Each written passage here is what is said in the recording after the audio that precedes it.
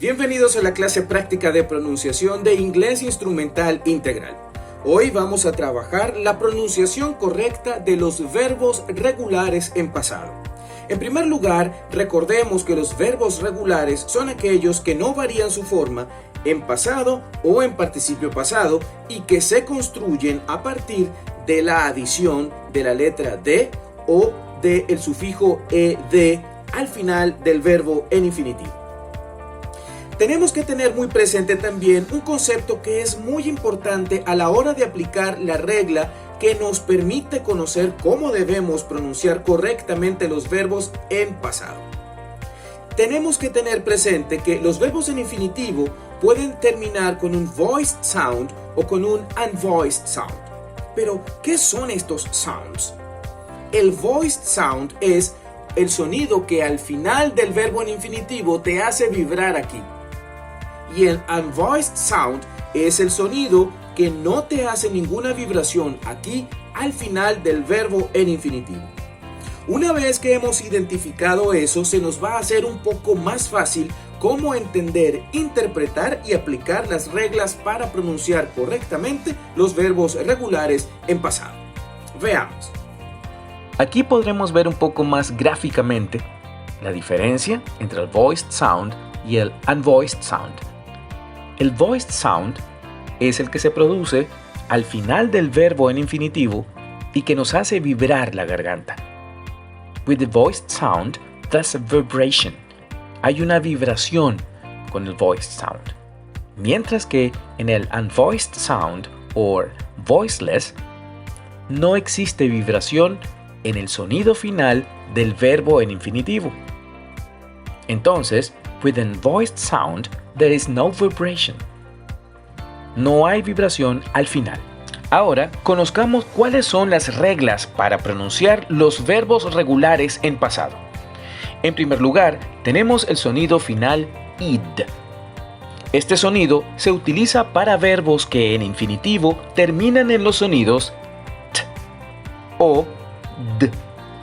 Por ejemplo, el verbo need. El sonido final en infinitivo es d.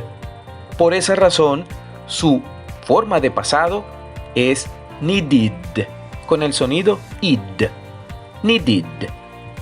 Lo mismo ocurre con el verbo hate. Su sonido final en infinitivo es t. Por esa razón, la forma correcta de pronunciarlo en pasado es hated. Id. Hated. Es el mismo caso del verbo date, que se pronuncia dated, y el verbo sit, que se pronuncia seated. Seguidamente tenemos el sonido d. Este sonido se utiliza para verbos que en infinitivo terminan en voiced sound. El verbo live es un verbo que, al formar su pasado, se pronuncia lived. El verbo chill es un verbo que, al formar el pasado, se pronuncia chilled.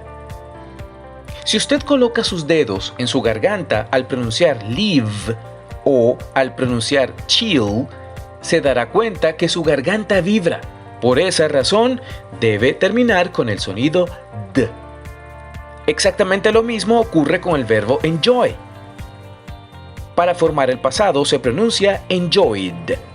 Y lo mismo ocurre con el verbo try. Construimos el pasado pronunciando tried. Y finalmente tenemos el sonido t. Y lo utilizamos para verbos que en infinitivo terminan en unvoiced sound.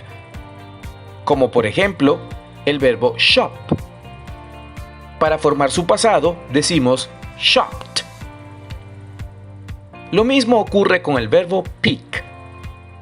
Cuando formamos el pasado, decimos picked. Si ponemos nuestros dedos en la garganta al pronunciar shop o pick, nos daremos cuenta que ese sonido final no produce ningún tipo de vibración en nuestra garganta. Por eso, debemos terminarlo con el sonido t. Esa regla aplica también para el verbo wish. Formamos el pasado diciendo wished. Igualmente con el verbo crunch. Su pasado es crunched. Y bien, esto ha sido todo por esta clase de pronunciación. Recuerda ejercitar tu pronunciación de los verbos regulares en los sonidos id, d y t, dependiendo de cuál sea la terminación del verbo en infinitivo, teniendo presente el concepto del voiced sound y el unvoiced sound. Esto es todo por hoy. Nos vemos en una próxima oportunidad.